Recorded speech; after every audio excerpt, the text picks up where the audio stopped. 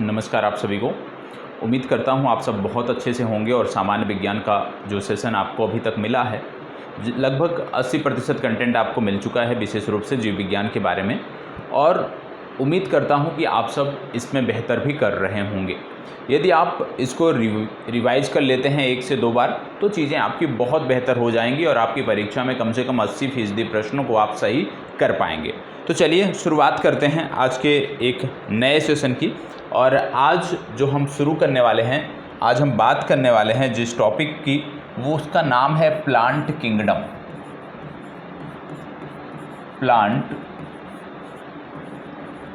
Plant kingdom की हम यहाँ पे चर्चा करने वाले हैं। प्लांट किंगडम के बारे में हम देखने वाले हैं। प्लांट किंगडम से यहाँ पे तात्पर्य है पादप जगत से। तो आज की जो चर्चा है वो पादप जगत की अब चर्चा प्रारंभ होने वाली है। पादप जगत से हम अपनी चीज़ों को अब आगे बढ़ाएंगे और छोटे छोटे टॉपिक बचे हुए हैं। उम्मीद करता हूँ कि अगले 1 से 2 कक्षाओं में ये चीज़ें आपकी समाप्त हो जाएंगी। पादप जगत की हम बात कर रहे हैं, पादप जगत की हम यहाँ पे बात करने वाले हैं। आप जानते हो जब बात आती है पादप जगत की तो सबसे पहले एक नाम आता है, उसके बारे में हम बात कर लेते हैं। जैसे जीवों के वर्गीकरण की जब बात आती है, याद रखिएगा जो आपने पहले पढ़ा होगा, जीवों के वर्गीकरण की जब बात आती है तो हम बात किसकी करते हैं? हम बात करते हैं कैरोलस लीनियस की बात करते हैं, जिनको बोला जाता है वर्गीकी का पिता या फादर ऑफ टैक्सोनॉमी।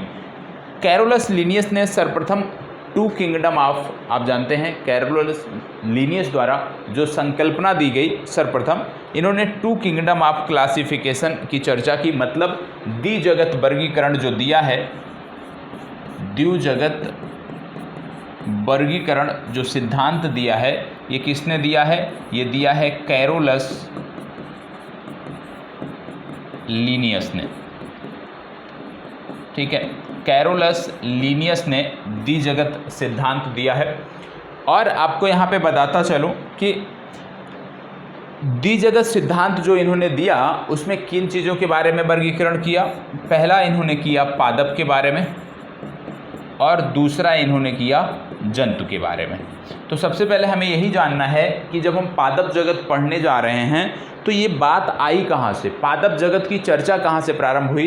तो पादप जगत की चर्चा सर्वप्रथम प्रारंभ हुई कैरोलस लीनियस के संकल्पना से, कैरोलस लीनियस के आप कह सकते हो सिद्धांत से। इसीलिए इनको फादर ऑफ टैक्सोनॉमी या वर्गीकी का पिता कहा जाता है। और इन्होंने सर्वप्रथम द्विजगत वर्गीकरण दिया, जिसके अंतर्गत इन्होंने बताया कि एक पादप जगत है और एक जंतु जगत है। लेकिन इन्होंने, आप जानते हैं कि इसके अतिरिक्त इन्होंने एक चीज़ और दिया, पहले इसको समझ लेते हैं। इसके अतिरिक्त इन्होंने द्विनाम पद्धति की भी शुरुआत की।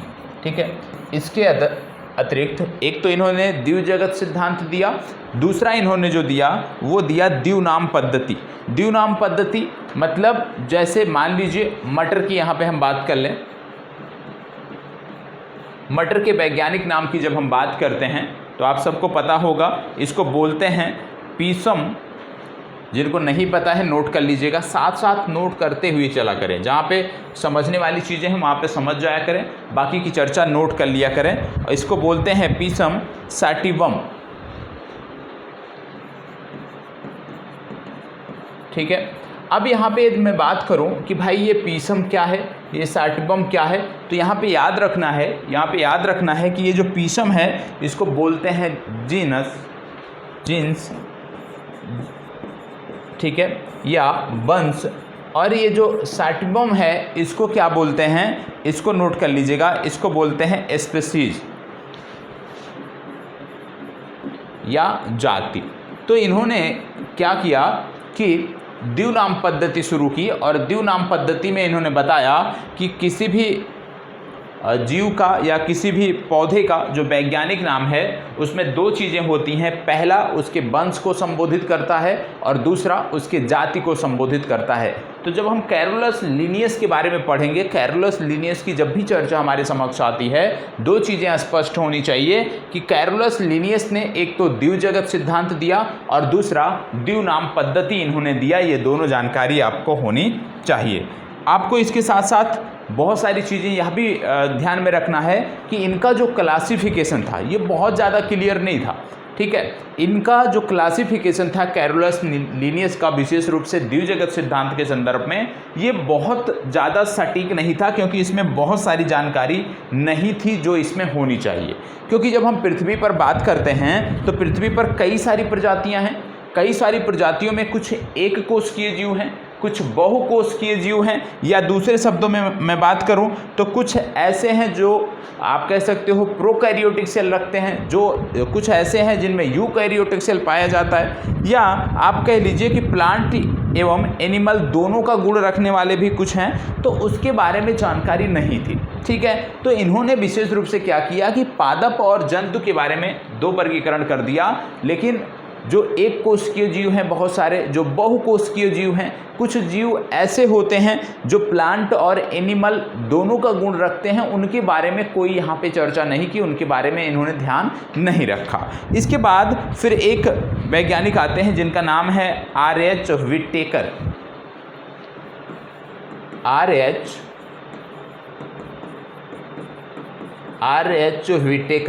R.H. विटेकर नामक एक वैज्ञानिक आते हैं, और R.H. विटेकर नामक वैज्ञानिक ने इसको आगे बढ़ाया, और जो कैरोलस लीनियस द्वारा गलतियां की गई थी, कैरोलस लीनियस द्वारा जो गलतियां की गई थी उसमें सुधार करते हुए, क्योंकि इन्होंने द्विजगत सिद्धांत दिया था, तो इसमें सुधार करते हुए इन्होंने 5 किंगडम ऑफ क्लासिफिकेशन पेश किया।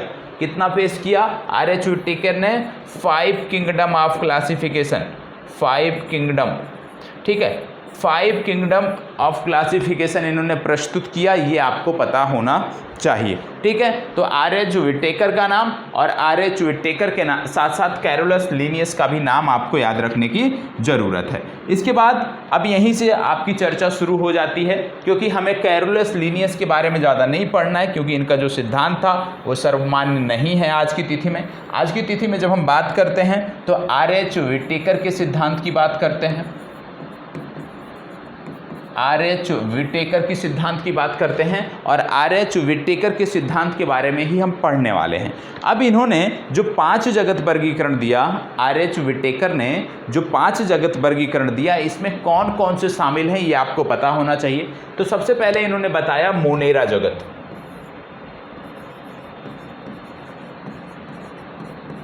ठीक है, पहला इन्होंने बताया मोनेरा जगत। दूसरा जो इन्होंने बताया, पहला तो हो गया मोनेरा जगत, दूसरा इन्होंने बताया उसका नाम था प्रोटिस्टा जगत,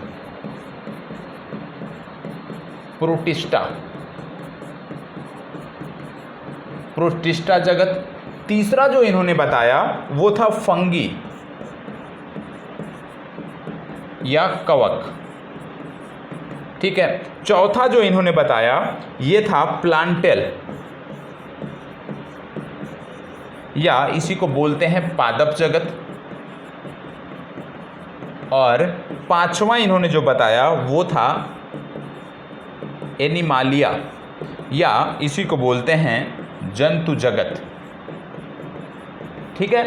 तो R.H. विटेकर ने जो 5 जगत सिद्धांत दिया उसमें इन्होंने वर्गीकरण कुछ इस प्रकार से किया कि एक मोनेरा जगत है, एक प्रोटिस्टा जगत है, एक कवक जगत है, एक पादप जगत है, और एक जंतु जगत है। अब इसमें से हमें पढ़ना क्या है, हमें, क्योंकि हम अपनी चर्चा कहाँ से शुरू कर रहे हैं, हम शुरू कर रहे हैं पादप जगत से, मतलब हमें प्लांटेल से जो अपनी चर्चा को शुरुआत करनी है, यहीं से हमें अपनी चीज़ों को पढ़ना है। तो आइए एक एक करके अब यहाँ पे देखते हैं। सबसे पहले आपको पता होना चाहिए कि जब हम पादप की बात करते हैं, जब हम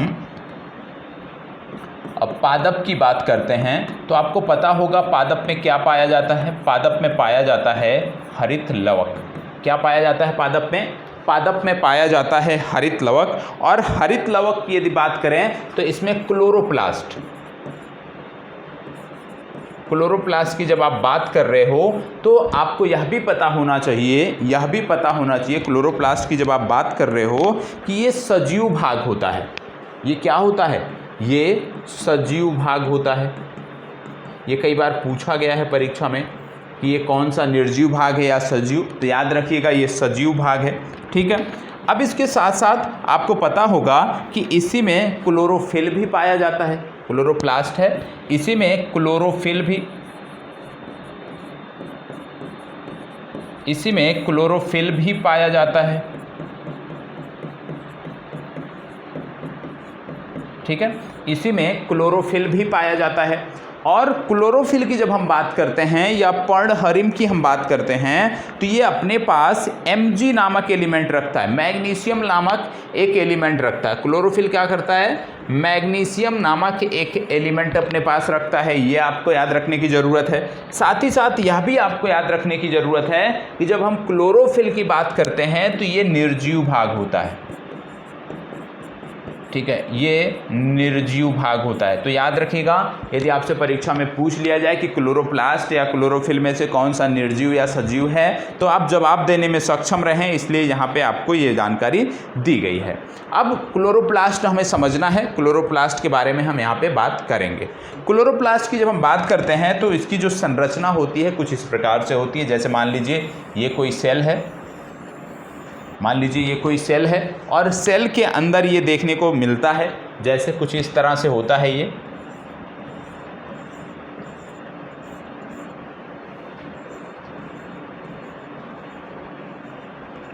कुछ इस तरह से आपको ये देखने को मिलता है। अब इसमें कुछ नाम हैं जो आपको पता होना चाहिए, इसको नोट कर लीजिएगा। ठीक है, ये है स्ट्रोमा, इसको बोलते हैं स्ट्रोमा। क्या बोलते हैं, स्ट्रोमा। और इस संरचना को क्या बोलते हैं, इसको बोलते हैं ग्रानम, ग्रेनम। ठीक है, ग्रेनम और स्ट्रोमा ये दोनों आपको पता होने चाहिए। अब इसमें एक चीज़ और याद रखना है, जैसे हमने देखा कि पादप सेल के अंतर्गत हरित लवक पाया जाता है, तो पादप सेल के अंतर्गत जो हरित लवक पाया जाता है इसके दो भाग होते हैं, पहला होता है स्ट्रोमा और दूसरा होता है ग्रेनम। ठीक है, स्ट्रोमा और ग्रेनम, ध्यान से सुनिएगा, इसमें क्या समझना है हमें ये समझना है कि जो प्रकाश संश्लेषण होता है, प्रकाश संश्लेषण की क्रिया में जो लाइट रिएक्शन होता है, लाइट रिएक्शन, ठीक है, जहाँ पे प्रकाश उपस्थित होता है तो वो कहाँ पे होता है, वो होता है स्ट्रोमा में। और जो डार्क रिएक्शन होता है, जहाँ पे प्रकाश जो है वो एक प्रकार से अनुपस्थित होता है या आप कह लीजिए कि कम होता है, वो कहाँ पे होता है, वो होता है स्ट्रोमा में। तो दोनों आपको याद रखना है। लाइट रिएक्शन की बात करते हैं तो ग्रेनम में, सॉरी यहाँ पे ये लाइट रिएक्शन जो है, 1 मिनट,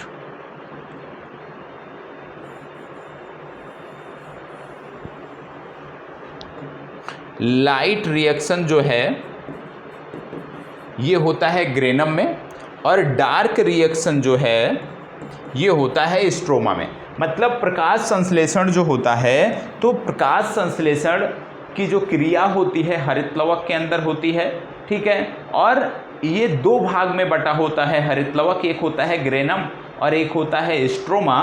तो जब प्रकाश की उपस्थिति में प्रकाश संश्लेषण की क्रिया होती है तो वो ग्रेनम में होती है, और जब प्रकाश की कमी होती है या प्रकाश की अनुपस्थिति होती है तब जो क्रिया होती है वो स्ट्रोमा में होती है। ये आपको पता होना चाहिए, इतनी बेसिक जानकारी है, ये आपको पता होना चाहिए। ठीक है, तो आपने देख लिया हरित लवक की संरचना के बारे में, आपने देख लिया हरित लवक की संरचना के साथ साथ प्रकाश संश्लेषण की क्रिया के बारे में।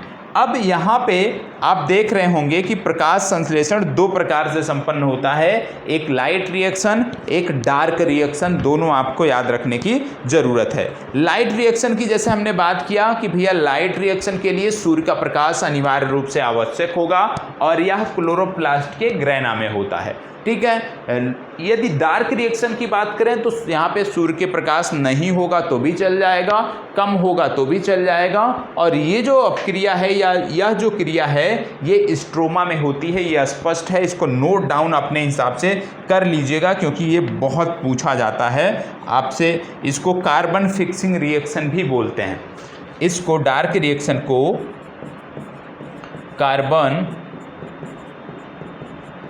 Fixing reaction, carbon fixing reaction के नाम से भी इसको जाना जाता है, ये आपको याद रखना है। ठीक है, अब यहाँ पे यदि हम बात करें तो रिएक्शन कौन सा होता है प्रकाश संश्लेषण की क्रिया में, कई बार पूछा जाता है, इसको भी नोट कर लीजिएगा कि प्रकाश संश्लेषण की क्रिया में जो रिएक्शन बनता है इसमें होता है 6CO2 plus 12H2O gives out, यहाँ पे जैसे सनलाइट,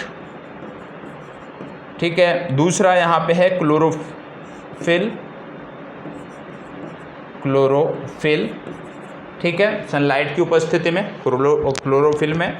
अब यहाँ पे क्या होता है, रिएक्शन क्या बनता है, C6, क्योंकि यहाँ पे आपको बनता है C6H12O6 प्लस यहाँ पे यदि 12H2O है तो यहाँ पे आ जाएगा 6O2 प्लस 6H2O। ये रिएक्शन आपको याद रखने की ज़रूरत है, ठीक है। ये प्रकाश संश्लेषण का रिएक्शन है, कई बार पूछा जाता है तो आपको पता होना चाहिए, इसको नोट डाउन आप कर लीजिएगा, ठीक है।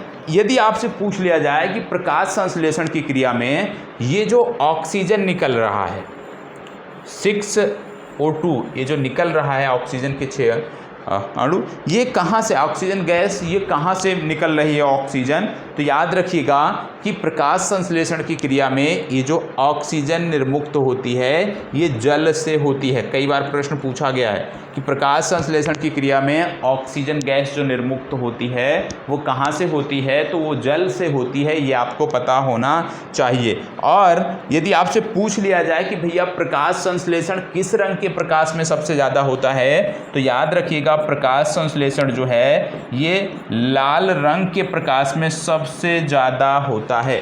लाल रंग के प्रकाश में प्रकाश संश्लेषण सबसे ज़्यादा होता है, ये याद रखने की ज़रूरत है, ठीक है। चलिए आगे बढ़ते हैं।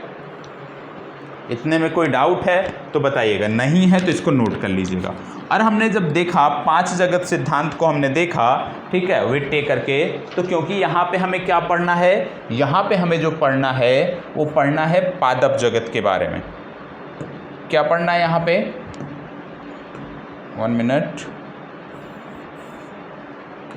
यहाँ पे जो हमें पढ़ना है ये पढ़ना है पादप जगत के बारे में, ठीक है। पादप जगत के बारे में पढ़ना है, तो पादप जगत से ही संबंधित चर्चा यहाँ पे देखने को मिलेगी। अब पादप जगत की जब हम बात करते हैं तो इसका भी वर्गीकरण होता है। पादप जगत का जो वर्गीकरण होता है, पादप जगत का जो वर्गीकरण होता है ये 2 प्रकार से होता है। पादप जगत का वर्गीकरण 2 प्रकार से होता है। कौन कौन से, पहले होता है क्रिप्टोगैमस, नोट कर लीजिएगा,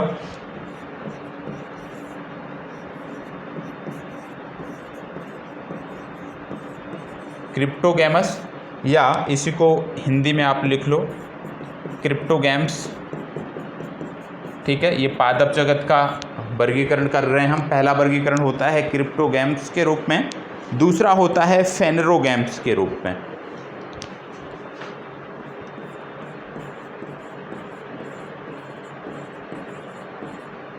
फेनरोगैम्स के रूप में, ठीक है। तो 2 वर्गीकरण आपको देखने को मिलते हैं, पहला है क्रिप्टोगैम्स और दूसरा है फेनरोगैम्स। ये है पादप जगत का वर्गीकरण जो आपको पता होना चाहिए। क्रिप्टोगैम्स के अंतर्गत फिर आपको देखने को मिलता है इसका पुनः उपविभाजन होता है। तो क्रिप्टोगैम्स का जब उपविभाजन होता है तो पहले इसमें आता है थैलोफाइटा, थैलोफाइटा। दूसरा इसमें जो देखने को मिलता है थैलोफाइटा के बाद वो है ब्रायोफाइटा, ठीक है। तीसरा इसमें जो आपको देखने को मिलता है वो है टेरिडोफाइटा, ठीक है। ये वर्गीकरण आपको देखने को मिलता है क्रिप्टोगैम्स का। फेनरोगैम्स की जब हम बात करते हैं तो सबसे पहले इसमें आता है, नोट कर लीजिए इतना पहले,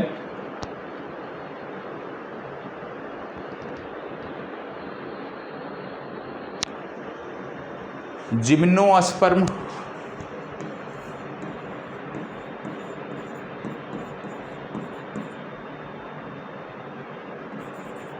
और दूसरा पहला आता है इसमें जिम्नोस्पर्म या अनावृत बीज इसी को बोलते हैं। दूसरा इसमें आता है एंजियोस्पर्म,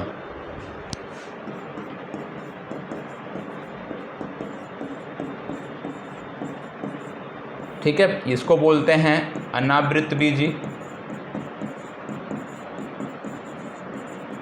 ठीक है, और एंजियोस्पर्म की जब मैं बात करता हूं इसको बोलते हैं आवृतबीजी।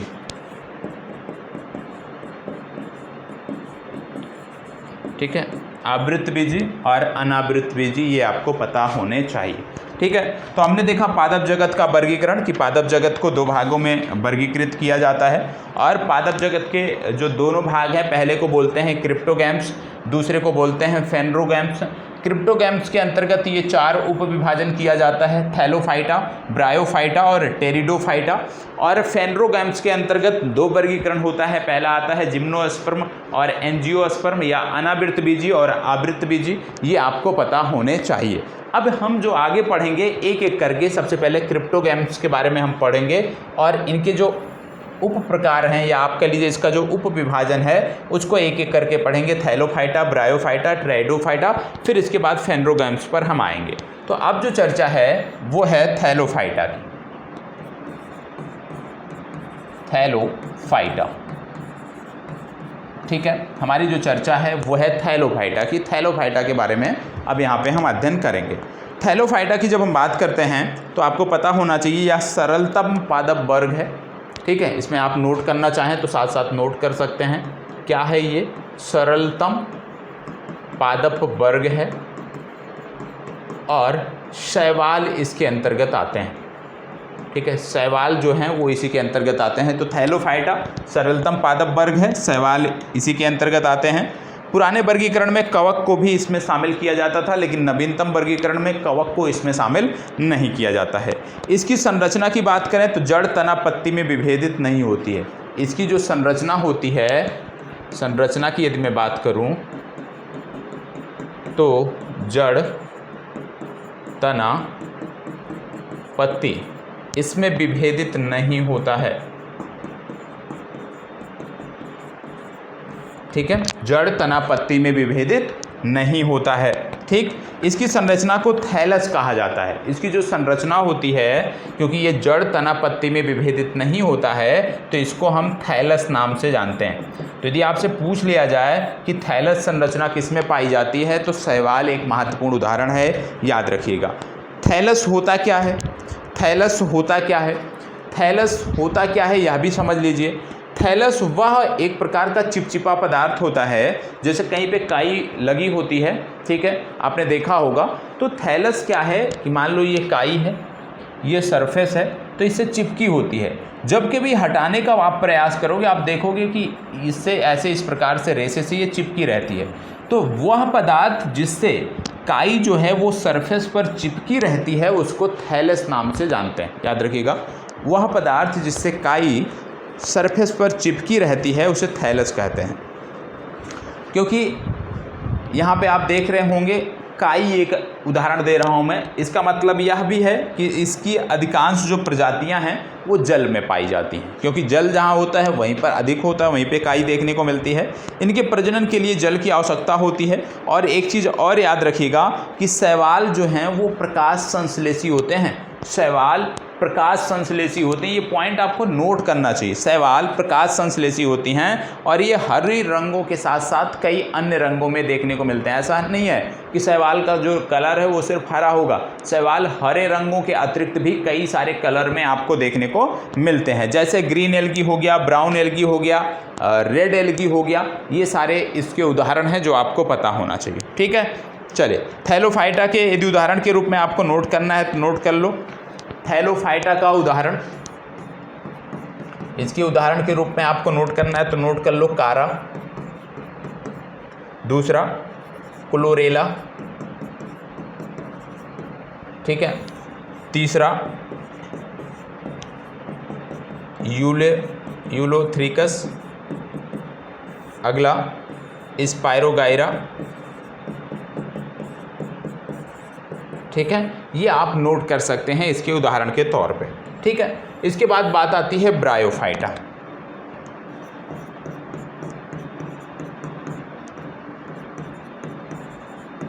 क्या बात आती है? ब्रायोफाइटा। पहला हो गया थैलोफाइटा, दूसरी जो अब चर्चा है वो है ब्रायोफाइटा की। ब्रायोफाइटा की यदि हम बात करें तो पादप उभयचर के नाम से इसको जाना जाता है। ब्रायोफाइटा को पादप उभयचर के नाम से जाना जाता है, याद रखिएगा, पादप उभयचर के नाम से इसको जाना जाता है। ब्रायोफाइटा को पादप उभयचर के नाम से जाना जाता है, क्योंकि पादप उभयचर का मतलब क्या है कि ये जल और स्थल दोनों जगहों पर उगते हैं। जल में भी उगते हैं और स्थल में भी ये उगते हैं, तो जल और स्थल दोनों पर उगते हैं, इसीलिए इनको पादप उभयचर कहा जाता है। ठीक है। जड़ तना पत्ती इनमें नहीं पाया जाता है। एक विशेष संरचना इनमें देखने को मिलती है। इनमें जड़ तना पत्ती नहीं होता है, लेकिन एक विशेष संरचना होती है, इसको आप नोट कर लीजिए, इसको बोलते हैं रिजोइड्स।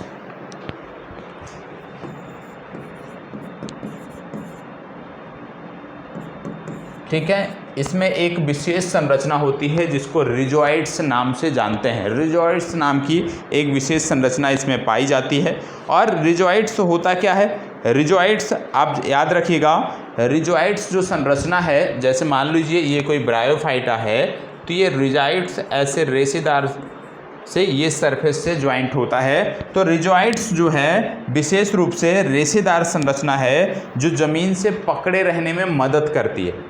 रिजोइड्स क्या है? एक विशेष संरचना है रेशेदार जो ब्रायोफाइटा को ज़मीन से पकड़े रहने में मदद करती है। और कुछ स्थानों पर ब्रायोफाइटा की खेती भी देखने को मिलती है। कुछ विशेष स्थान है जहाँ पे ब्रायोफाइटा की खेती देखने को मिलती है। खेती इसलिए की जाती है इसकी, क्योंकि यहाँ पे जल अवशोषण क्षमता इसकी बहुत ज़्यादा होती है। और जहाँ पर बाढ़ का आधिक्य होता है, जिन क्षेत्रों में बाढ़ का आधिक्य होता है, वहाँ पर इनकी विशेष खेती की जाती है, जिससे ज़्यादा जल को ये अवशोषित कर सकें।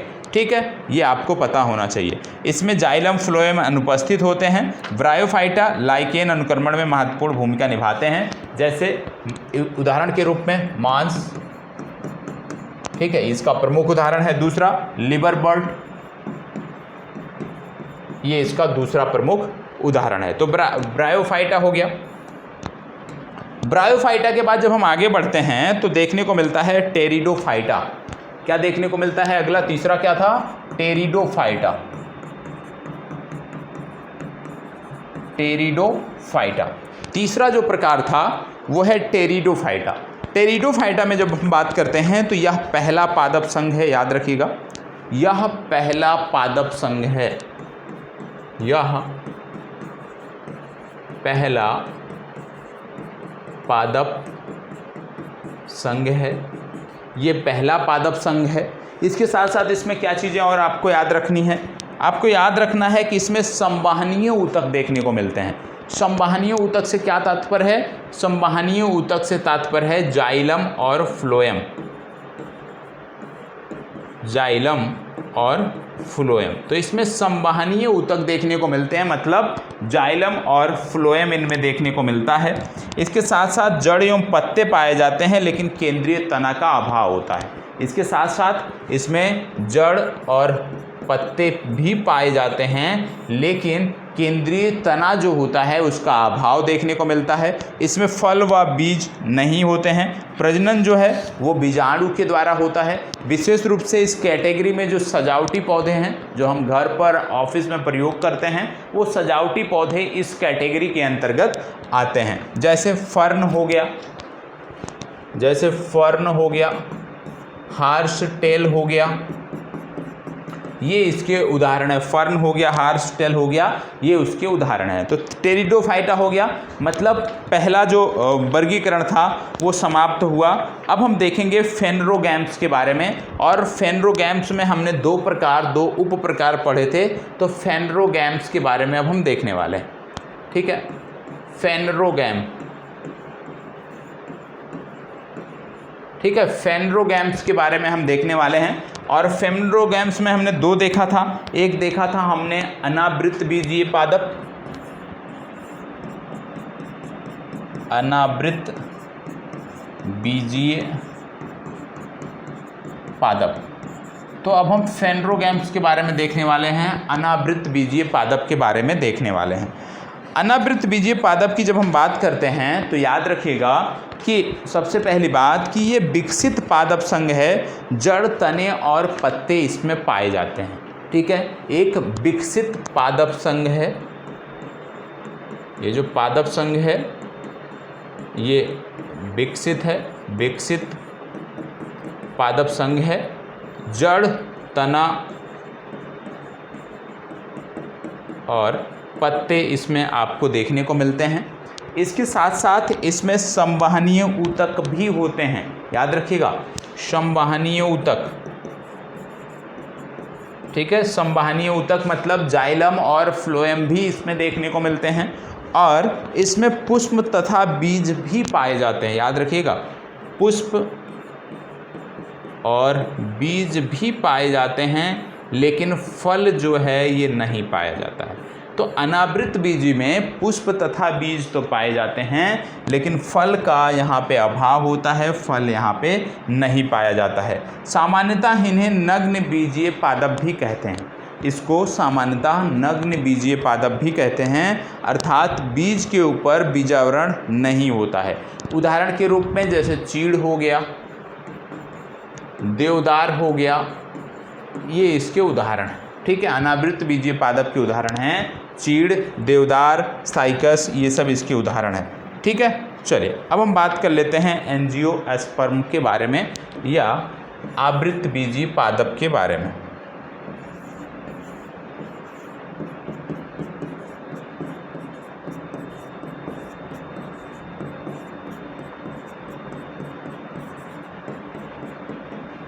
आवृत बीजीय पादप के बारे में अब हम बात करने वाले हैं। आवृत बीजीय पादप की जब हम बात करते हैं, इसी को हम बोलते हैं एंजियोस्पर्म। ठीक है, यह पूर्ण विकसित होता है। इसमें जड़, तना, पत्ती, फूल, बीज इत्यादि पूर्ण विकसित होते हैं। दो प्रकार के ये होते हैं, ये दो प्रकार के होते हैं। पहला होता है मोनोकॉट, दूसरा आपको देखने को मिलता है डाइकॉट। तो मोनोकॉट और डाइकॉट ये दो प्रकार आपको देखने को मिलते हैं आवृत बीजीय पादप के, ये आपको पता होना चाहिए। मोनोकॉट का मतलब होता है एक बीजपत्री पौधा। मोनोकॉट का मतलब क्या होता है? एक बीजपत्री पौधा। ठीक है, डाइकॉट का मतलब क्या होता है? डाइकॉट का मतलब होता है द्विबीजपत्री पौधा। ठीक है, द्विबीजपत्री पौधा। अब जिसको एक बीजपत्री पौधा ना समझ में आए तो सबसे पहले इसके उदाहरण में आते क्या क्या हैं? इसके उदाहरण में अनाज आते हैं, सभी प्रकार के अनाज, गन्ना इसका उदाहरण है। ठीक है, और द्विबीजपत्री की जब हम बात करते हैं तो इसमें विशेष रूप से जो दलहनी फसलें हैं, जो तिलहन हैं, वो इसके अंतर्गत आते हैं। आप सिर्फ इतना समझो, एक बीजपत्री और द्विबीजपत्री में इसका सबसे अच्छा जो उदाहरण है, जैसे वो मटर हो गया, जैसे वो चना हो गया। ठीक है, ये इसके बहुत अच्छे उदाहरण हैं। कैसे? जैसे मटर या चना को जब हम भिगो देते हैं और भिगोने के कुछ घंटे बाद यदि हम अंगुली पे लेके, हाथ पे लेके उसको ऐसे मसलते हैं तो वो दो भागों में बंट जाता है। ठीक है, तो इसको बोलते हैं द्विबीजपत्री। यदि आप अनाज के दाने को ले लीजिए, चावल ले लीजिए, गेहूं ले लीजिए, उसको भिगोने के बाद ऐसे मसलिए तो उसमें ऐसा नहीं होता, दो भागों में नहीं बढ़ता है, वह एक बीजपत्री होता है। तो याद रखिएगा, द्विबीजपत्री और एक बीजपत्री का उदाहरण मटर के दाने से आपको याद रखना है। ठीक है, चाहे मक्का, जैसे हम बात करें, मक्का भी एक बीजपत्री है। ठीक है, तो ये चीज़ें आपको याद रखने की ज़रूरत है। ठीक, यहाँ तक चीज़ें क्लियर हो गई। तो अभी तक जो हमने देखा वो पादपों की चर्चा हमने पूरी कर ली। पादपों के वर्गीकरण को हमने देखा कि दो प्रकार से वर्गीकृत किया जाता है, फिर उनके उपविभाजन जो होते हैं दोनों प्रकारों में, उनको हमने पढ़ लिया। अब हम जो पढ़ने वाले हैं वो पढ़ने वाले हैं पादप प्रजनन के बारे में। ठीक है, पादप प्रजनन हमारा नेक्स्ट टॉपिक है जिसके बारे में अब हम बात करेंगे। पादप प्रजनन। पादप प्रजनन की अब यहाँ पे चर्चा होगी। पादप प्रजनन एक महत्वपूर्ण टॉपिक है और आपको इसको बहुत अच्छे से देखना है।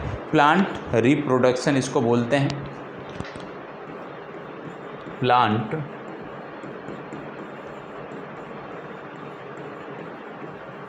प्लांट रिप्रोडक्शन इसको बोला जाता है, पादप प्रजनन या प्लांट रिप्रोडक्शन।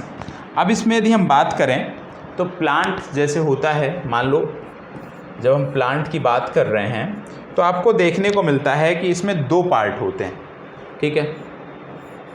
पहला जो देखने को मिलता है इसको बोलते हैं रिप्रोडक्टिव पार्ट,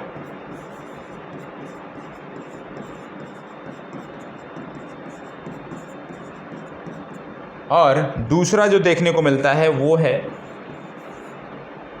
वेजिटेटिव पार्ट, ठीक है। वेजिटेटिव पार्ट और रिप्रोडक्टिव पार्ट 2 पार्ट में विभाजित होता है। रिप्रोडक्टिव पार्ट की यदि हम बात करें तो इसके अंतर्गत फ्लावर, फ्रूट और सीड जैसे हैं, फ्लावर, फ्रूट एंड सीड, ठीक है। वेजिटेटिव पार्ट की जब हम बात करते हैं तो यहाँ पे आते हैं जड़, तना और पत्ती। क्या आते हैं इसमें? जड़, तना और पत्ती इसमें आते हैं। तो हमने देखा पादप प्रजनन में विशेष रूप से प्लांट रिप्रोडक्शन हम पढ़ने जा रहे हैं। प्लांट में हम देखा कि 2 पार्ट, पहला रिप्रोडक्टिव पार्ट और वेजिटेटिव पार्ट। रिप्रोडक्टिव में हमने देख लिया क्या क्या आता है और वेजिटेटिव में हमने देख लिया कि क्या क्या आता है। अब यहाँ से जो मैं बताने जा रहा हूँ, यहाँ से चीज़ों को बहुत ध्यान से समझना है। एक चित्र बनाने जा रहा हूँ, इस चित्र को भी आपको बनाना है, इस चित्र को भी आपको बनाना है, ठीक है। चलिए, एक संरचना मैं यहाँ पे बना रहा हूँ जो आपको साथ साथ बनाना है,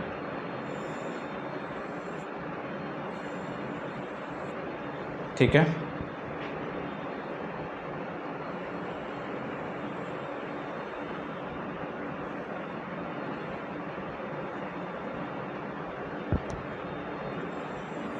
ये संरचना आप साथ साथ बनाते चलिएगा। इसमें एक फूल की संरचना मैं यहाँ पे बना रहा हूँ, एक फ्लावर बना रहा हूँ, तो इसको साथ साथ बनाते हुए चलिए। इसमें कुछ भी ऐसा नहीं है जो समझने की ज़रूरत है, सिर्फ इसको बना लीजिए बस।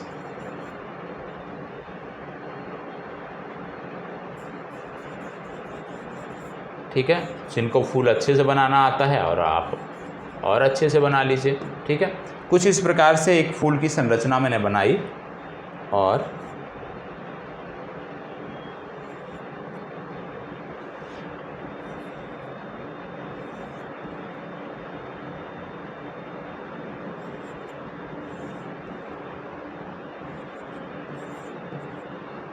इस प्रकार से एक संरचना आपको देखने को मिलती है। ये एक पुष्प की संरचना है और इस पुष्प में होता क्या है उसके बारे में सबसे पहले नोट कर लीजिएगा। कौन सा क्या होता है ये ज़रूरी है। इसको चित्र को खूब अच्छे से बड़े में भी आप बना सकते हो और यहाँ पे कौन क्या है ये आप नोट कर लीजिए, ठीक है। ये जो बेस देखने को मिल रहा है जिस पे ये पूरा का पूरा फूल टिका हुआ है, इसको बोलते हैं कैलेक्स, ठीक है। क्या बोलते हैं? कैलेक्स बोलते हैं, या इसी को बोलते हैं, ये भी नोट कर लीजिएगा, शेपल्स, ठीक है। कैलेक्स या शेपल्स या इसी को बोलते हैं वाह दलपुंज। क्या बोलते हैं इसको? वाह दलपुंज, ठीक है। तो ये संरचना हो गई वाह दलपुंज की, ठीक है। इसको नोट कर लीजिएगा, ये आपका हो गया वाह दलपुंज। अब इसके बाद जब हम आगे देखते हैं, इसको नोट कर लीजिए, पहले इतना बना लीजिए।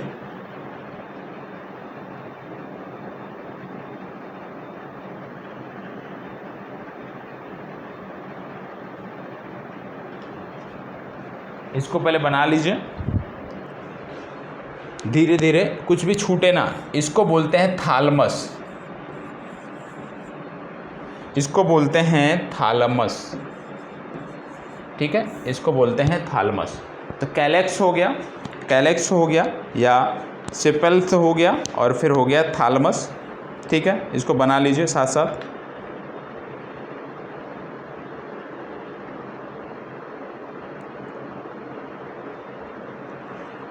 ठीक है। अब इसके बाद ये जो पुष्पनुमा संरचना देखने को मिल रही है, ये हो गया या ये वाली संरचना हो गई। इसको नोट कर लीजिएगा, इसको बोलते हैं कोरोला या पेटल्स। कोरोला या पेटल्स इस संरचना को बोलते हैं। ये जो बाहर वाली संरचना देखने को मिल रही है पुष्प का, इसको बोलते हैं कोरोला या पेटल्स। ठीक है, नोट कर लीजिए।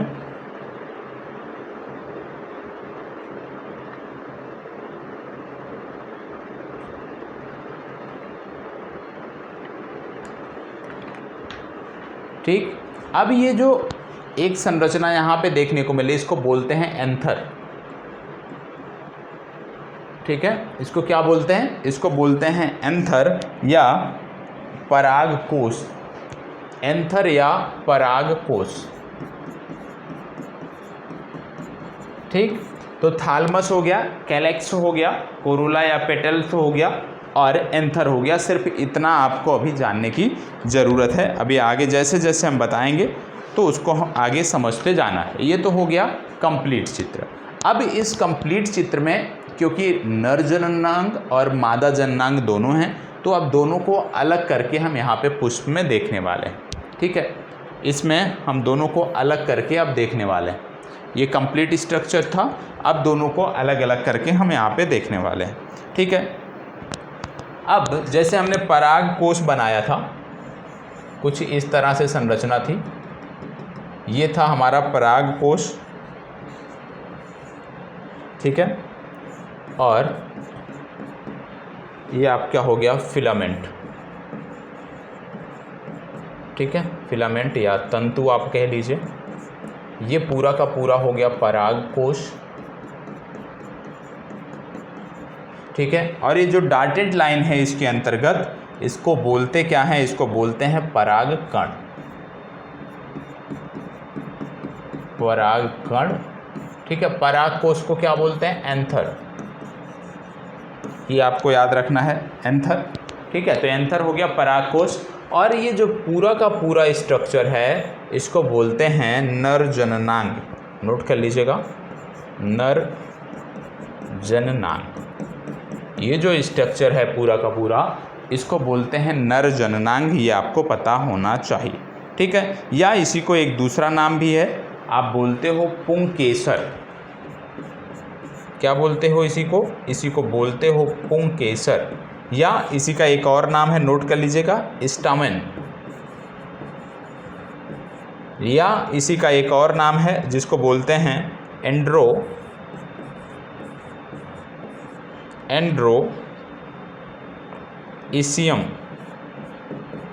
एंड्रोएशियम। ठीक है, ये इसके इतने सारे नाम हैं, नरजननांग, पुंकेसर या स्टमेन या एंड्रोएशियम। ठीक है, ये तो हो गया नरजननांग की बात। ये आप सिर्फ याद रखिएगा, ये याद रखना बहुत ज़रूरी है क्योंकि आगे की चर्चा तभी समझ में आएगी। अब इसी पुष्प से नर जननांग हमने अलग कर लिया, दिखा दिया आपको, दिखाने के लिए, समझाने के लिए। अब मादा जो जननांग है उसकी हम यहाँ पे बात करने वाले हैं। तो मान लीजिए ये कोई संरचना है, ये कोई संरचना है आपका। ठीक है, और यह है स्टिग्मा। इसको बोलते हैं स्टिग्मा। ये जो ऊपरी भाग होता है इसको बोलते हैं स्टिग्मा। इसको बोलते हैं स्टाइल। ठीक है, आप भी बहुत स्टाइल मारते हो, वही वाला है। इसको बोलते हैं ओवरी। ठीक है, ओवरी के बाद ये जो संरचना है इसको बोलते हैं एग। ठीक है, तो यहाँ पे आपने देखा स्टिग्मा, स्टाइल, ओवरी और एग। ये जो पूरी की पूरी संरचना है, ये पूरी की जो पूरी संरचना है, इसको बोलते हैं मादा जननांग।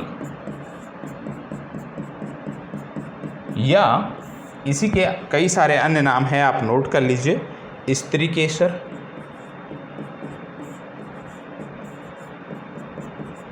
या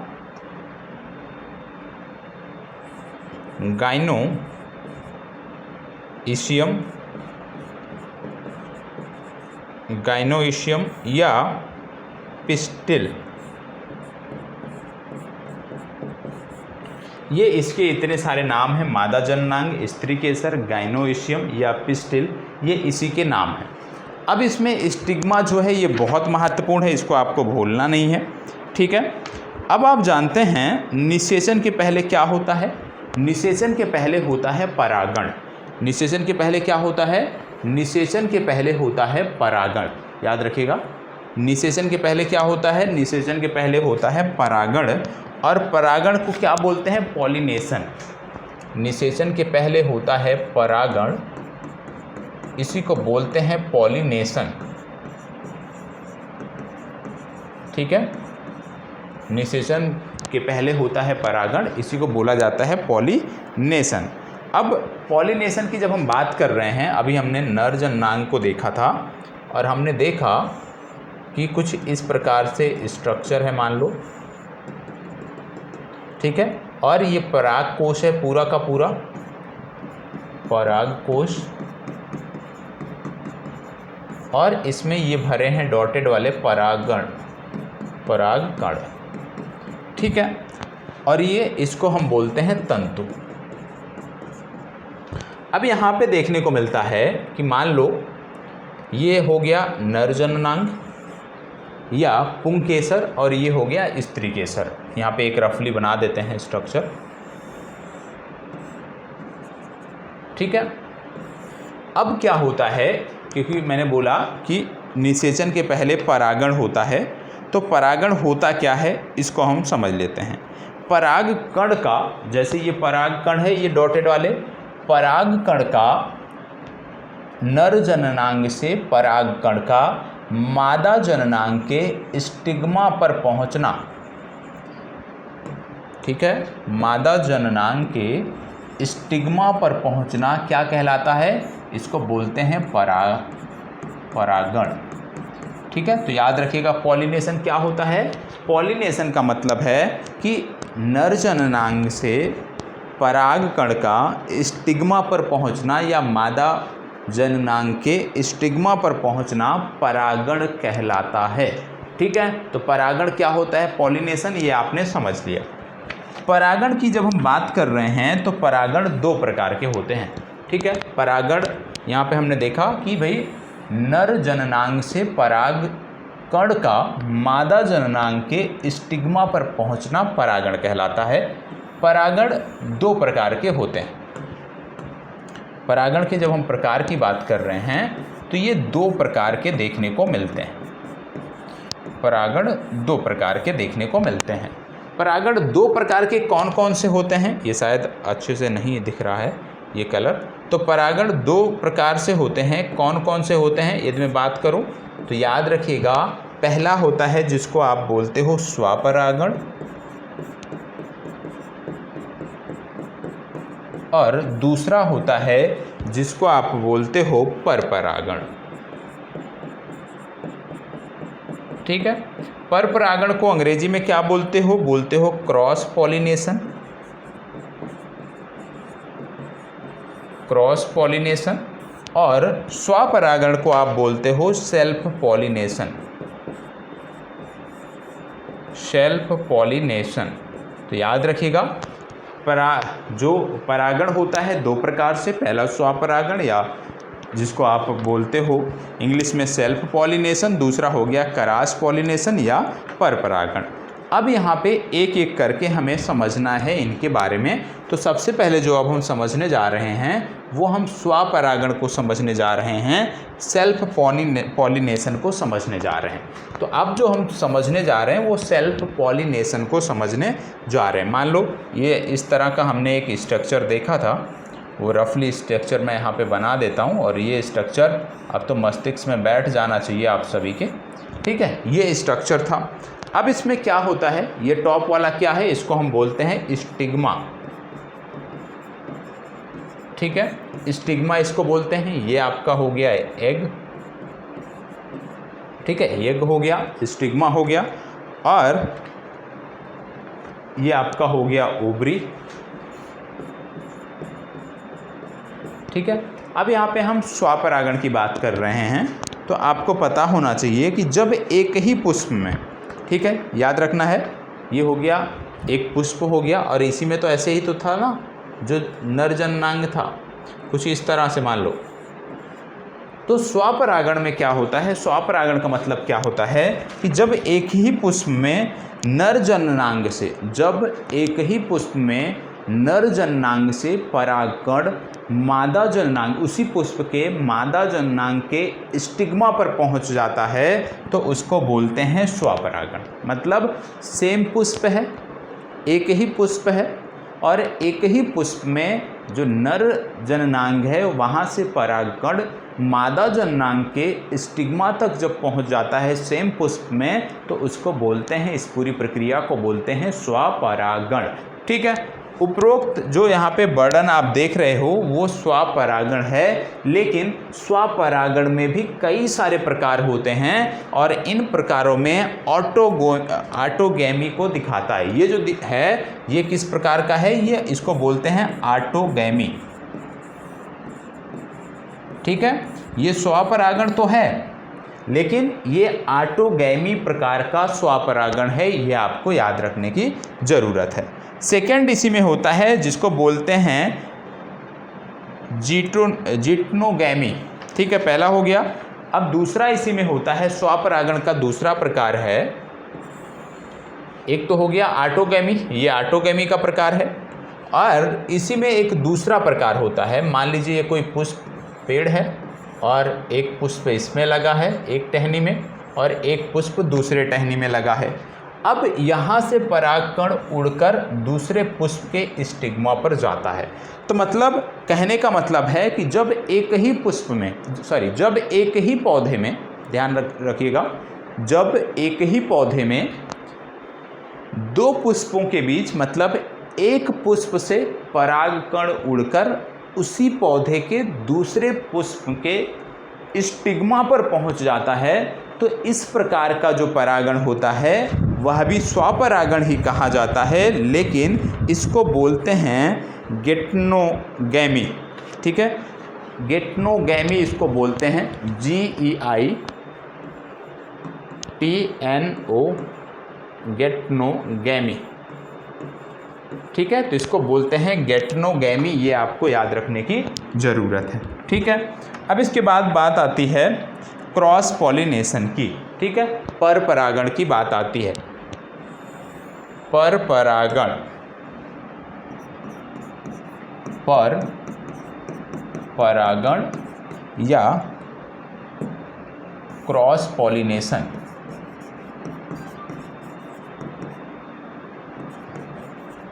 परपरागण या क्रॉस पॉलिनेशन की यहाँ पे बात आ रही है। क्रॉस पॉलिनेशन या परपरागण।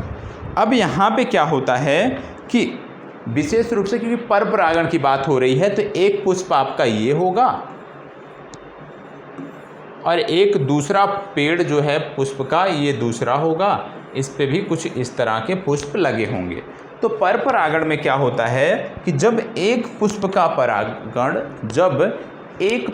परागकण दूसरे पुष्प के स्टिग्मा पर पहुंच जाता है, तो इसको हम बोलते हैं परपरागण, और इसको जो बोला जाता है उसको बोला जाता है जीनोगैमी। इसको बोलते हैं जीनोगैमी। ठीक है, इसको जीनोगैमी भी कहा जाता है। तो याद रखिएगा परपरागण क्या होता है, स्वपरागण क्या होता है। उम्मीद करता हूँ बताने में मैं सफल रहा हूँ। ठीक है, अब परपरागण का फ़ायदा क्या होता है। परपरागण जहाँ होता है वहाँ पर आनुवांशिक विविधता की प्राप्ति होती है, और स्वपरागण जहाँ होता है वहाँ पर आनुवांशिक विविधता देखने को नहीं मिलती है। तो ये दोनों चीज़ें आपको याद रखने की ज़रूरत है।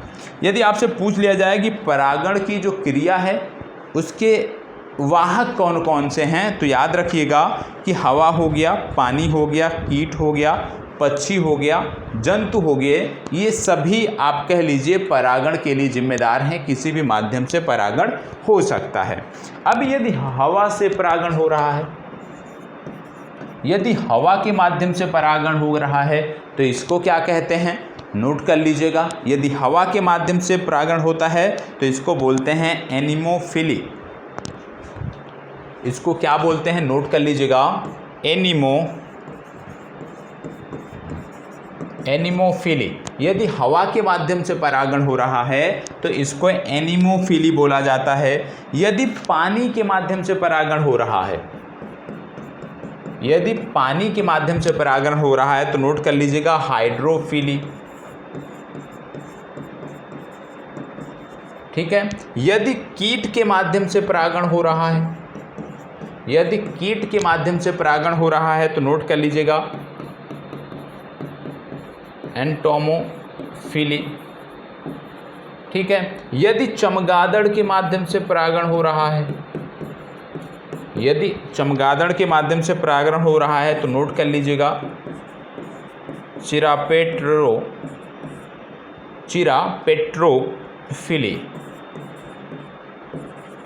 चिरापेट्रोफिली। यदि पक्षी के माध्यम से परागण हो रहा है तो ऑर्निथोफिली। ठीक है, नोट कर लीजिएगा ऑर्निथोफिली। यदि जंतु के माध्यम से परागण हो रहा है तो इसको बोलते हैं जूफिली। ठीक है, तो ये आपको याद रखना है। हवा, पानी, कीट, चमगादड़, पक्षी और जंतु, इनके माध्यम से जब परागण होता है तो इसको क्या क्या कहा जाता है। परीक्षा में यह भी पूछा जाता है, तो इसको भी आपको याद रखने की ज़रूरत है। ठीक है, इसको भी आपको याद रखना है। अब इसके बाद बात आती है प्लांट रिप्रोडक्शन की। ठीक है, प्लांट रिप्रोडक्शन हम पढ़ रहे हैं तो इसी को थोड़ा सा और अच्छे से अभी हम डिटेल में और देखने वाले हैं, तो इतना नोट कर लीजिएगा। अब प्लांट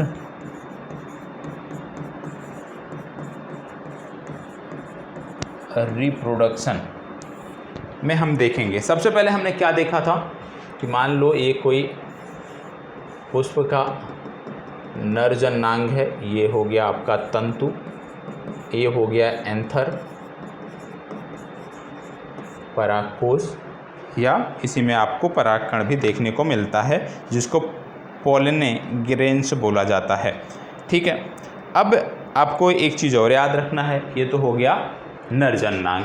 मादा जननांग की जब हम बात करते हैं तो कुछ इस तरह से संरचना आपको देखने को मिलती है, डॉटेड, फिर डबल डॉट इस तरह से देखने को मिलता है, और फिर ये ओवरी और अंडाशय आपने देखा था, और इसके साथ में एक संरचना होती है जिसको बोलते हैं सीटरजिट। ये याद करने की कोई आवश्यकता नहीं है। ठीक है, जो आपको याद करना है वो है ये वाला, इसको क्या बोलते हैं, इसको बोलते हैं एंटीपोडर सेल। एंटीपोडर सेल इसको बोला जाता है। इसको क्या बोला जाता है, इसको बोला जाता है सेंट्रल न्यूक्लियाई। सेंट्रल न्यूक्लियाई, तो सेंट्रल न्यूक्लियाई और एंटीपोडर सेल, ये दोनों आपको याद रखने की ज़रूरत है। अब आप जानते हैं कि यदि एंथर को कट कर दिया जाए, एंथर जो है ये एंथर है, इसको यदि कट कर दिया जाए तब किस प्रकार की संरचना देखने को मिलेगी, आइए देख लेते हैं। एंथर को कट करने पर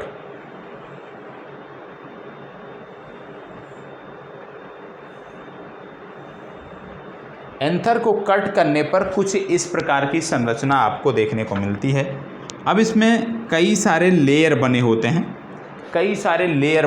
जब एंथर को कट करते हैं तो इस प्रकार की संरचना देखने को मिलती है, और कई सारे ये लेयर बने होते हैं। ठीक है, और इसमें परागकण आपको देखने को मिलता है जिसमें स्पोर्स पाए जाते हैं। ये जो लेयर हैं, क्योंकि बहुत सारे लेयर इस तरह के होते हैं, और इसमें स्पोर्स पाए जाते हैं। ठीक है, ये किस चीज़ का स्ट्रक्चर है, जब हम एंथर को कट करते हैं तो इस प्रकार का देखने को मिलता है। और जब ये परिपक्व होते हैं, जब ये परिपक्व हो जाते हैं तो यहाँ से परागकण बाहर निकलते हैं। ठीक है, परागकण कब बाहर निकलते हैं, जब ये परिपक्व हो जाते हैं तब परागकण यहाँ से बाहर निकलते हैं। और जब परागकण यहाँ से बाहर निकलते हैं तो आप जानते हैं कि जो ये कोशिका है, जैसे ये परागकण यहाँ से बाहर निकला,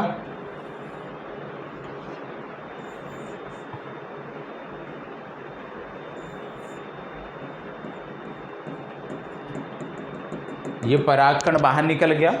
परागकण बाहर निकलने के बाद क्या होती है कि ये जो कायिक कोशिका है, ये जो वेजिटेटिव सेल है, एक मिनट, ये राउंड हटा देते हैं क्योंकि परागकण बाहर निकल रहा है तो डॉटेड लाइन में निकलेगा। मान लो ये परागकण हो गया। अब यहाँ से क्योंकि ये कोशिका विभाजन करना प्रारंभ कर देते हैं तो इस प्रकार से देखने को मिलते हैं। कोशिका विभाजन हो गया और कोशिका विभाजन के बाद ये दो भागों में दो कोशिका हो गई, पहले एक थी, ठीक है। परागकण जब निकला तो एक कोशिका थी, फिर विभाजित हो गई, दो कोशिका में हो गई और यहाँ पे हो गया, इसको बोलते हैं, नोट कर लीजिएगा,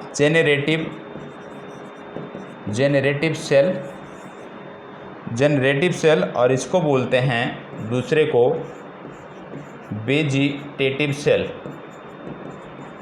ठीक है। तो वेजिटेटिव सेल और जेनरेटिव सेल ये बोला जाता है, ये आपको पता होना चाहिए। वेजिटेटिव सेल की यदि हम बात करते हैं तो इसको बोलते हैं कार्यक कोशिका। क्या बोलते हैं इसको? इसको बोलते हैं कार्यक कोशिका, वेजिटेटिव सेल को। जेनरेटिव सेल को क्या बोलते हैं? जेनरेटिव सेल को बोलते हैं जनन कोशिका। क्या बोलते हैं इसको? जनन कोशिका। तो हमने देखा कि हमने एंथर जो था, पराग कोश जो था, उसको कट किया, इस प्रकार की संरचना देखने को मिली। इसमें हमने देखा कि कई सारे इस तरह के लेयर होते हैं, परागकण उसमें होते हैं। जब ये परिपक्व हो जाते हैं तो वहाँ से बाहर निकलते हैं। बाहर निकलने के बाद ये कोशिका विभाजन शुरू कर देते हैं और जब इनका कोशिका विभाजन होता है तो दो प्रकार की कोशिका बनती है, एक है कायिक कोशिका और दूसरी है जनन कोशिका, ठीक है। फिर धीरे धीरे क्या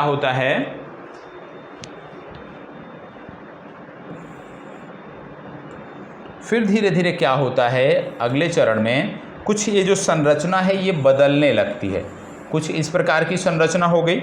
इस प्रकार की संरचना के बाद यहाँ पे आपको देखने को मिलता है कि जो जनन कोशिका है वो कोशिका विभाजन करती रहती है और कायिक कोशिका जो है वो धीरे धीरे समाप्त होने लगती है। अगले चरण में जो जनन कोशिका है वो तो विभाजन करने लगती है, कोशिका विभाजन प्रारंभ हो जाता है उसमें, लेकिन जो कायिक कोशिका है वो धीरे धीरे समाप्त होने लगती है। फिर क्या होता है कि ये जो कोशिका है ये और विकसित हो जाती है अगले चरण में। अगले चरण में जब हम जाते हैं तो ये जो कोशिका है ये और विकसित हो जाती है। मान लो इसका आकार कुछ इस तरह का हो जाता है, ठीक है। और विकसित होने पर आकार कुछ इस तरह का देखने को मिलता है। अब ये क्या हैं? ये इसमें क्या होते हैं? ये हैं स्पर्म। ये क्या होते हैं? ये होते हैं स्पर्म, ठीक। तो कोशिका विभाजन के चरण में यहाँ तक की चर्चा, किसी को कोई डाउट हो तो बताइएगा। अब इसके बाद क्या होता है? अगले चरण में जो आपने देखा था मादा जननांग की कोशिका के बारे में, कुछ इस तरह से संरचना थी।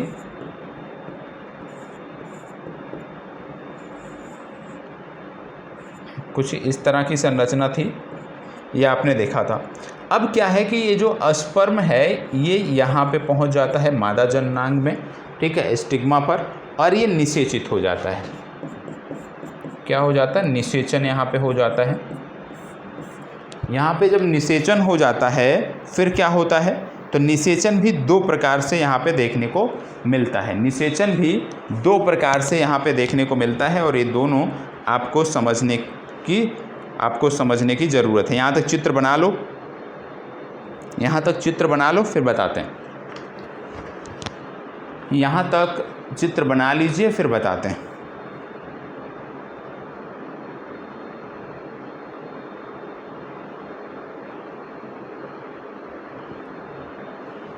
ठीक है। अब क्योंकि दो स्पर्म हैं, आपने देखा कि नर जो कोशिका है उसमें दो स्पर्म हैं, ठीक है। ये तो आपको समझाने के लिए बना दिया निषेचन।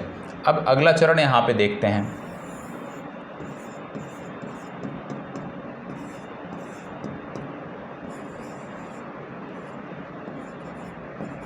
ठीक है। अब दो स्पर्म हैं। अब एक स्पर्म क्या करता है? ये जाके इससे निषेचित हो जाता है, सेंट्रल न्यूक्लियाई से, और दूसरा स्पर्म जाकर ये मादा जननांग में पहुंच जाता है और वहाँ निषेचित हो जाता है। तो यहाँ पे आप देख रहे होंगे कि निषेचन की जो क्रिया है वो दो प्रकार से हो रही है, दो बार हो रही है, इसीलिए इसको बोलते हैं डबल फर्टिलाइजेशन। ठीक है, क्योंकि निषेचन की क्रिया 2 बार हो रही है। फर्स्ट टाइम सेंट्रल न्यूक्लियाई से और सेकेंड टाइम आपकी हो रही है मादा जननांग के ओवरी में। तो यहाँ पे आपने देखा कि 2 प्रकार से हो रहा है, इसीलिए इसको बोला जाता है डबल फर्टिलाइजेशन। यह क्रिया कहाँ होती है? एंजियोस्पर्म में होती है, ये आपको याद रखने की ज़रूरत है। ये क्रिया कहाँ होती है? एंजियोस्पर्म में होती है। अब क्योंकि आप देख रहे होंगे एक स्पर्म जाके सेंट्रल न्यूक्लियाई से जो निषेचित होता है, तो यहाँ पे 2n + n = 3n, 3n ये आपको देखने को मिलता है रिएक्शन। और इसको बोलते हैं, इसको बोला क्या जाता है? इसको बोला जाता है ट्रिपल, नोट कर लीजिएगा, इसको बोला जाता है ट्रिपल फ्यूजन। ठीक है, इसको बोला जाता है ट्रिपल फ्यूजन, या इसी को एक दूसरे नाम से जानते हैं, ये भी नोट कर लीजिए, सिनगैमी।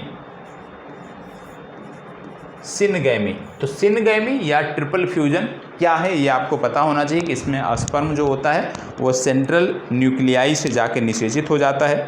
दूसरा जो स्पर्म होता है ये जाके यज्ञ से निषेचित हो जाता है। तो दोनों आपको याद रखने की ज़रूरत है। ठीक है, अब उम्मीद करता हूँ कोई यहाँ पे समस्या नहीं होगी। तो आपने देखा कि परागकण जो है निकला परिपक्व अवस्था में, परिपक्व अवस्था में निकलने के बाद निषेचन हुआ। निषेचन के बाद होता क्या है? निषेचन के बाद जो पुष्प का अधिकांश भाग होता है वो सूख जाता है या मुरझाकर गिर जाता है, और निम्न बदलाव आपको पुष्प के संदर्भ में देखने को मिलते हैं। क्या बदलाव देखने को मिलते हैं? आपको देखने को मिलता है निषेचन के बाद जो पुष्प है ये मुरझाकर गिर जाता है, और क्या क्या बदलाव देखने को मिलते हैं? तो जो अंडाशय होता है ये फल में कन्वर्ट हो जाता है, जो बीजाणु होता है ये बीज में कन्वर्ट हो जाता है। ठीक है, जो जाइगोट होता है ये भ्रूण में कन्वर्ट हो जाता है, और जो एंड्रोस्पर्म होता है ये जाके संचित भोजन के रूप में बदल जाता है, संचित भोजन के रूप में बदल जाता है। ये आपको याद रखने की ज़रूरत है कि क्या क्या बदलाव आपको देखने को मिलते हैं। ठीक है, तो 2 प्रकार से निषेचन आपने देखा। एक देखा सेंट्रल न्यूक्लियाई से, ठीक है, जिसको बोला जाता है, नाम एक दिया गया। ठीक है, वो नाम आपको पता होना चाहिए। सेंट्रल न्यूक्लियाई से जब निषेचित हुआ तो उसको नाम दिया गया ट्रिपल फ्यूजन या सिनगैमी। तो ये दोनों आपको पता होना चाहिए। दूसरा आपने देखा कि जो कि यज्ञ से जाके निषेचित हुआ स्पर्म, तो दोनों को आपने समझा, दोनों को आपने देखा, और ये सारी चीज़ें आपको याद होनी चाहिए। ठीक है, अब यहाँ पे एक शब्द प्रयोग किया है एंडोस्पर्म। एंडोस्पर्म क्या है? एंडोस्पर्म आप ऐसा याद रखिए, एक एग्जाम्पल मैंने अभी आपको बताया था कि चना द्विबीजपत्री है, 2 भाग में टूट जाता है, और चने के 2 भाग में टूटने की जो प्रक्रिया है उसको एंडोस्पर्म के नाम से जाना जाता है। अब आगे हम देखेंगे प्लांट हार्मोन के बारे में। अगली जो चर्चा है वो प्लांट हार्मोन के बारे में देखने को मिलेगी। प्लांट हार्मोन को अब हम समझने वाले हैं। ठीक है, पादप हार्मोन को हम समझने वाले हैं। हार्मोन हम सब जानते हैं, यहाँ पे प्लांट हार्मोन की बात हो रही है। तो आपको बता दें कि प्लांट हार्मोन जो होते हैं ये प्लांट की वृद्धि एवं विकास में मदद करते हैं। इनके कई सारे प्रकार देखने को मिलते हैं। प्रमुख रूप से प्लांट हार्मोन के 5 प्रकार आपको देखने को मिलते हैं। कितने प्रकार? 5 प्रकार इनके देखने को मिलते हैं। अब ये जो 5 प्रकार हैं ये आपको नोट करने हैं। सबसे पहले यहीं से हमारी चर्चा शुरू होगी।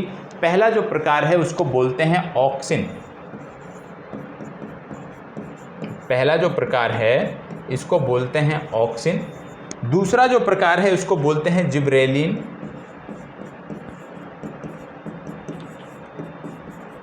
ठीक है, तीसरा जो प्रकार है उसको बोलते हैं साइटोकाइनिन।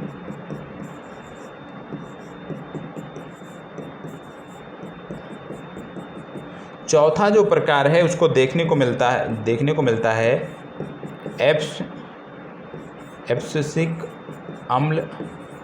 एब्सिसिक अम्ल। और अगला जो प्रकार है उसको देखने को मिलता है एथिलीन। तो 5 प्रकार के हार्मोन आपको देखने को मिलते हैं, ये आपको पता होने चाहिए।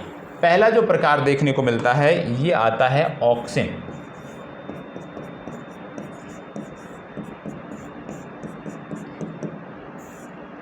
पहला प्रकार आपको जो देखने को मिलता है वो है ऑक्सिन।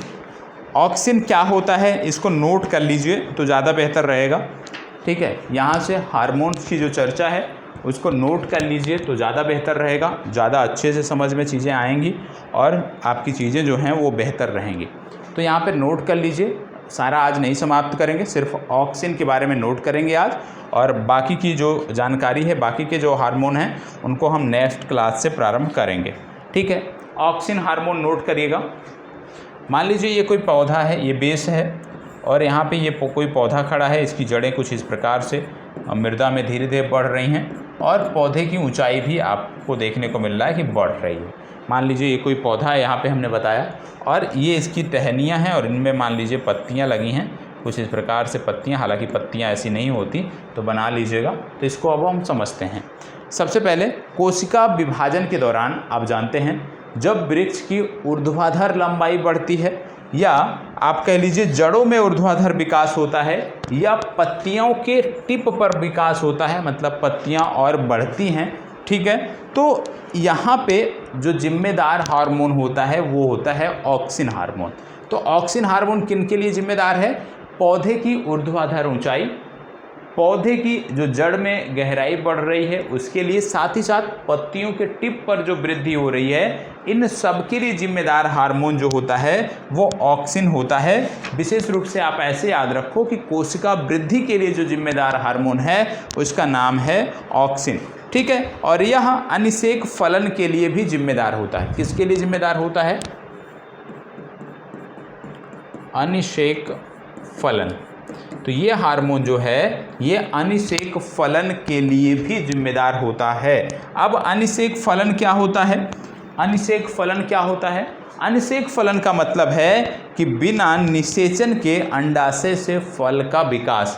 अनिषेक फलन का मतलब क्या है? बिना निषेचन से अंडाशय से फल का विकास, जैसे कि केला में होता है, ठीक है। तो केला अनिषेक फलन का उदाहरण है, ठीक है। तो ये अनिषेक फलन के लिए भी जिम्मेदार होता है। इसके कारण जो पादप की शाखाएं हैं, जो पौधे की शाखाएं हैं, वो प्रकाश की तरफ मुड़ती हैं। तो यह भी याद रखिएगा कि ऑक्सिन हार्मोन के कारण जो पौधे की शाखाएं हैं वो प्रकाश की दिशा में मुड़ती हैं, प्रकाश की दिशा में मूव करती हैं, और इसे ट्रॉपिक मूवमेंट ऑफ प्लांट कहा जाता है। इस मूवमेंट को क्या बोलते हैं? Tropic movement of plant. तो याद रखिएगा इसको ट्रॉपिक मूवमेंट ऑफ प्लांट भी कहा जाता है। और ये जो ट्रॉपिक मूवमेंट ऑफ प्लांट है ये 4 प्रकार के होते हैं। पहला होता है phototropic movement. Tropic movement of plant 4 प्रकार के होते हैं। पहला होता है फोटोट्रॉपिक मूवमेंट, ठीक है। फोटोट्रॉपिक मूवमेंट का मतलब क्या है कि जो अभी हमने आपको बताया कि भाई प्रकाश की तरफ, तो इसमें 2 मूवमेंट देखने को मिलता है। फोटोट्रॉपिक मूवमेंट में 2 मूवमेंट, एक तो जो तना है वो प्रकाश की तरफ मुड़ता है और जो जड़ें hoती हैं वो प्रकाश की विपरीत दिशा में मुड़ती हैं, तो इसको बोलते हैं फोटोट्रॉपिक मूवमेंट। दूसरा होता है हाइड्रोट्रॉपिक।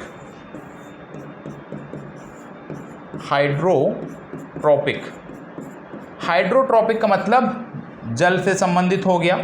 तीसरा जो मूवमेंट है उसको बोलते हैं जियोट्रॉपिक मूवमेंट। जियोट्रॉपिक मूवमेंट क्या होता है? जियोट्रॉपिक मूवमेंट प्लांट में गुरुत्व के संदर्भ में है। और एक होता है सिस्मो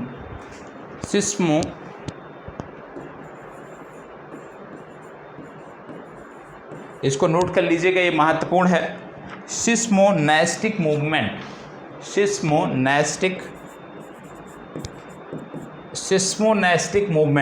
सिस्मोनेस्टिक मूवमेंट का उदाहरण छुई मुई है। जैसे आप छुई मुई है उसको आप टच कर देते हो तो आप देखते हो कि उसकी पत्तियां सिकुड़ जाती हैं या बंद हो जाती हैं, तो इसका उदाहरण है छुई मुई। तो ये 4 प्रकार के मूवमेंट आपको यहाँ पे देखने को मिलते हैं, ट्रॉपिक मूवमेंट ऑफ प्लांट के अंतर्गत सिर्फ इसको ऐसे रफली याद रखिएगा। और ऑक्सिन हार्मोन के जो प्रमुख 3 कार्य बताए वो कार्य आपको याद रखने की ज़रूरत है कि ऑक्सिन हार्मोन किस में मदद करता है। चलो ऑक्सिन के बाद एक और देख लेते हैं। ऑक्सिन के बाद जो दूसरा हार्मोन है जिसको बोलते हैं जिब्रेलिन। क्या बोलते हैं? जिब्रेलिन। जिब्रेलिन हार्मोन, ठीक है, जिब्रेलिन हार्मोन। जिब्रेलिन हार्मोन की जब हम बात करते हैं तो हार्मोन जो कवक से प्राप्त होता है, एकमात्र हार्मोन है जो कि कवक से प्राप्त होता है। एकमात्र हार्मोन है जो कवक से प्राप्त होता है, जिसको बोलते हैं जिब्रेलिन हार्मोन। और इसका जो नाम है, इसका नाम है किसने रखा? तो याद रखिए कि इसका नाम क्या है इस कवक से, क्योंकि आपने देखा कि जिब्रेलिन हार्मोन जो है कवक से प्राप्त होता है। तो कवक तो बहुत तरह के होते हैं, तो ये किस कवक से प्राप्त होता है उसका नाम नोट कर लीजिएगा, जिब्रेला फ्यूजिकुराई।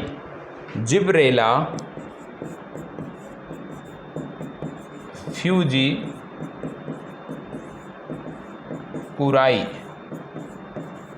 जिब्रेला फ्यूजिकुराई, ठीक है।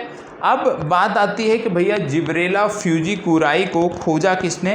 तो याद रखिएगा कुरुसोवा नामक वैज्ञानिक ने खोजा। किसने खोजा? कुरुसोवा नामक वैज्ञानिक ने खोजा। यह भी आपको याद रखने की ज़रूरत है। तो जिब्रेलिन में सिर्फ इतना याद रखना है। और इसका काम क्या है?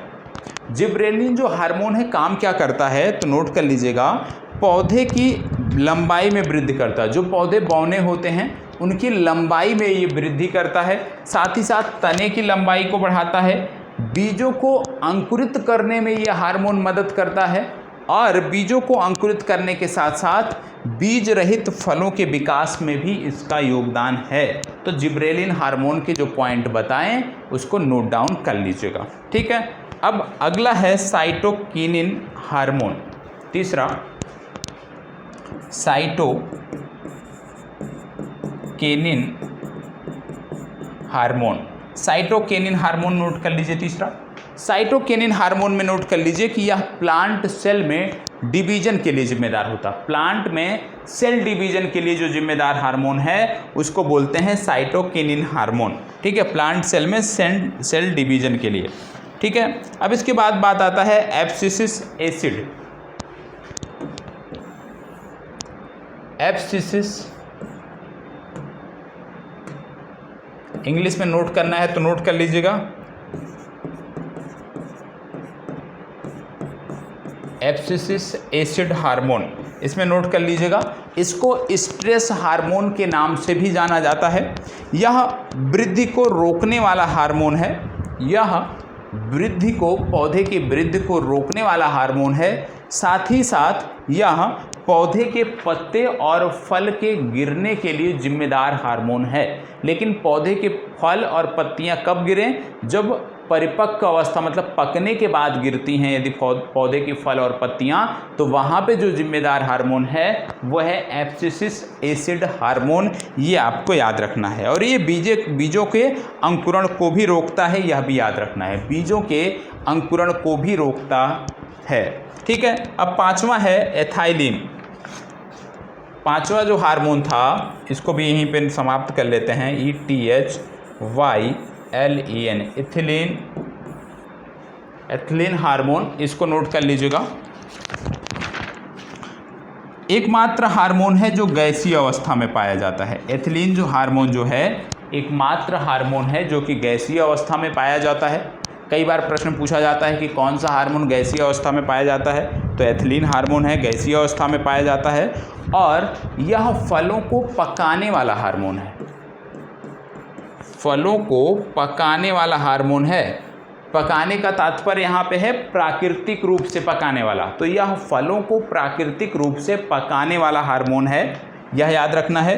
कृत्रिम रूप से यदि हम बात करें कि फलों को कैसे पकाया जाता है, तो कृत्रिम रूप से फलों को पकाने के लिए कैल्शियम कार्बाइड का प्रयोग किया जाता है, जो कि आप जानते हैं कि नमी के साथ मिलकर एसिटिलीन गैस का निर्माण करता है। तो प्राकृतिक रूप से ये पकाने वाला हार्मोन है, एथिलीन, ये आपको पता होना चाहिए। इसके साथ साथ यदि आपसे पूछ लिया जाए कि भैया जैसे फूल होता है तो फूल खिलने के लिए जिसको बोलते हैं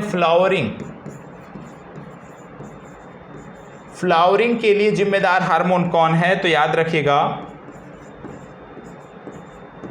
फ्लोरीजन नामक जो हार्मोन है ये फ्लावरिंग के लिए जिम्मेदार है। फ्लोरीजन नामक जो हार्मोन है ये पुष्प को खिलाने के लिए जिम्मेदार है, ये आपको पता होना चाहिए। तो आज इतनी चर्चा समाप्त हुई। कल जो हमारी चर्चा होगी वो वाष्पोत्सर्जन से प्रारंभ होगी। कहाँ से प्रारंभ होगी? वाष्पोत्सर्जन से कल की चर्चा प्रारंभ होगी। तो याद रखिएगा कल का सेशन जब होगा, जब हम मिलेंगे तो वाष्पोत्सर्जन से अपनी चर्चा को प्रारंभ करेंगे। वाष्पोत्सर्जन से चीज़ों को लेकर के आगे बढ़ेंगे। यदि आज का सेशन अच्छा लगा हो तो प्लीज़ लाइक, शेयर और कमेंट कर दीजिएगा। यदि कहीं पे कमी है तो उसके लिए भी आप सादर आमंत्रित हैं कि आप बताएं, जिससे उसमें सुधार किया जा सके। ठीक है, बाकी कोई भी दिक्कत होती है तो रात्रि 11 बजे का हमारा डाउट सेशन होता है, उसमें जुड़िए, उसमें हम आपकी समस्या का समाधान करेंगे। और इसके साथ साथ प्रश्नोत्तरी सेशन हमारा चल रहा है।